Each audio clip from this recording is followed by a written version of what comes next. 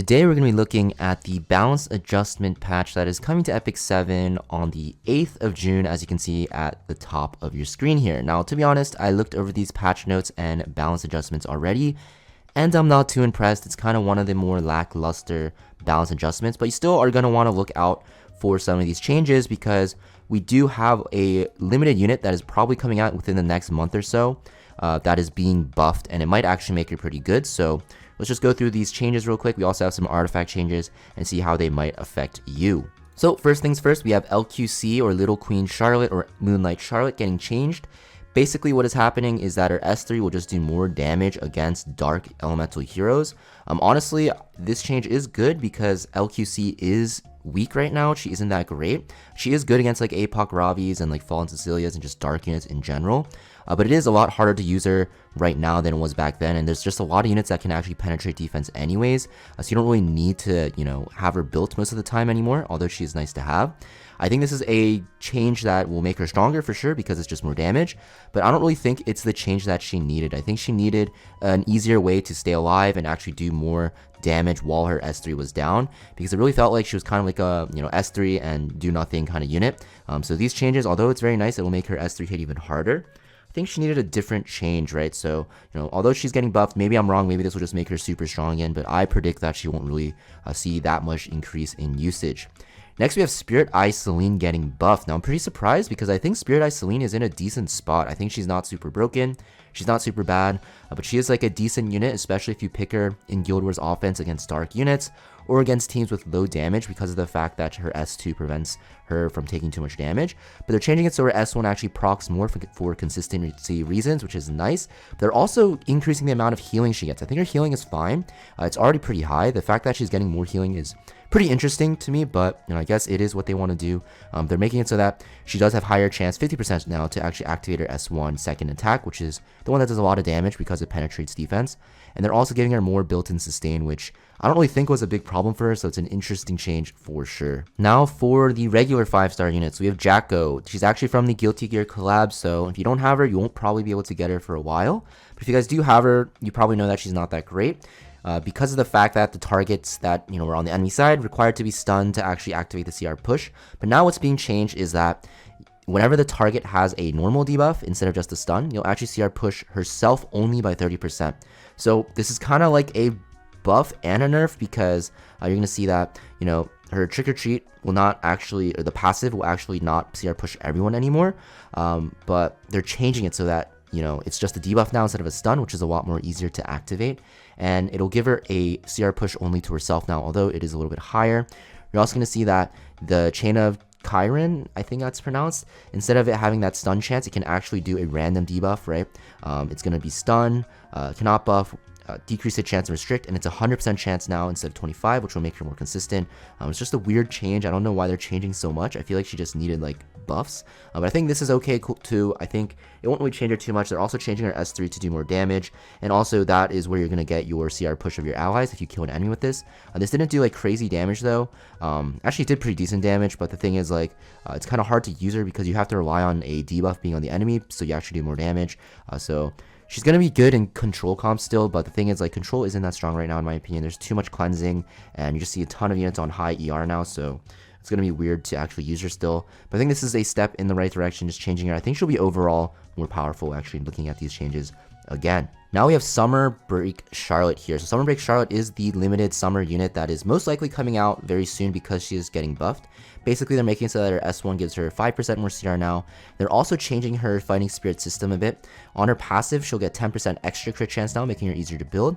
And now you'll actually start with 60 Fighting Spirit. And it's the same thing. At the end of every 4 turns, you get Enhanced Dual Attack. So pretty cool. And you'll also start the battle with Enhanced Dual Attack now, instead of having to wait 4 turns to get your first one, which is a very, very nice change.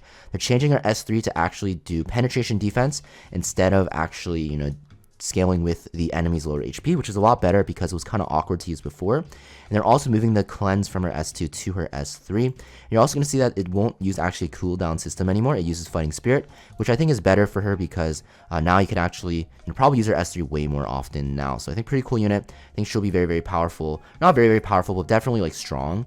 I don't think she'll be like overpowered or anything, but she'll definitely be fun to use and a lot more usable now.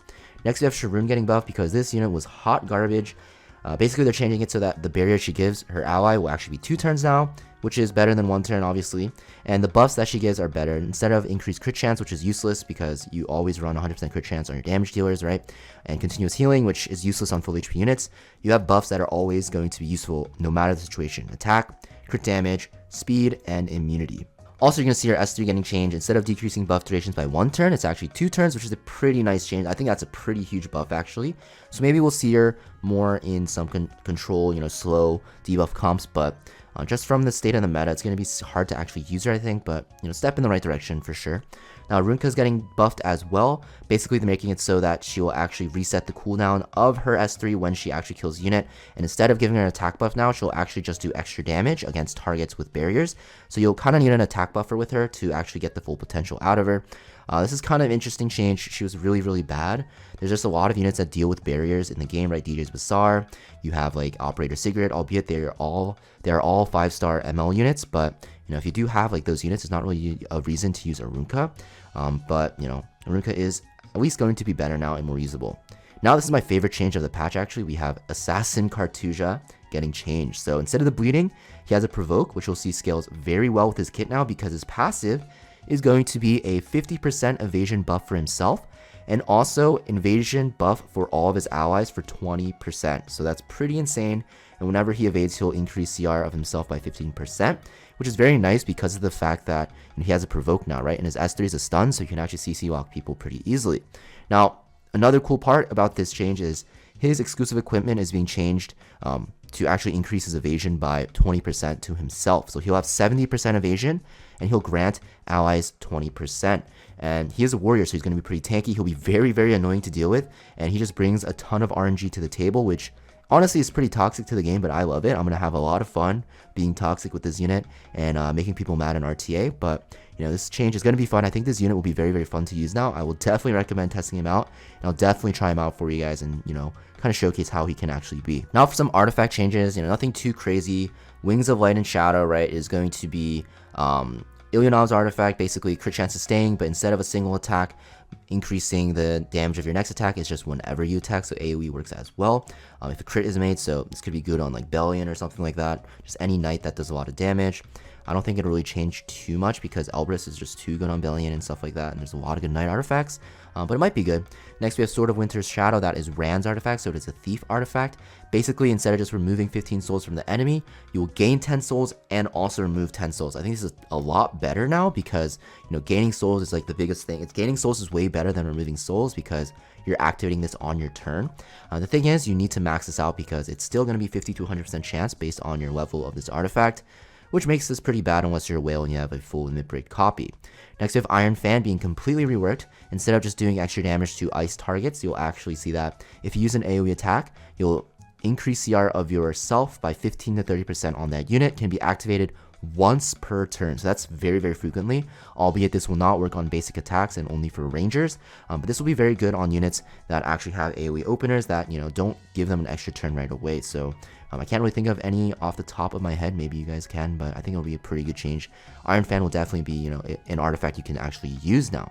So these are the changes. Keep in mind this is coming on the 8th of January, 8th of June on Thursday. So keep in mind that the changes are going to be a while. And honestly, I think the biggest changes are Assassin Cartuja and also going to be Summer Break Charlotte. I think those will be the units that we'll see a lot more play. Jacko seems pretty interesting as well, but the other one's not really too much of a big deal in my opinion. And I kind of wish they had bigger changes. Like ML Kayron is so bad, and everyone's complaining about this unit being so bad, and I think he needs a buff as well. But there's definitely other units that need some changes. Hopefully they do some more frequent updates and balance patches to kind of balance out the game. That being said, hope you guys found this video helpful, and I'll see you guys next time. Peace.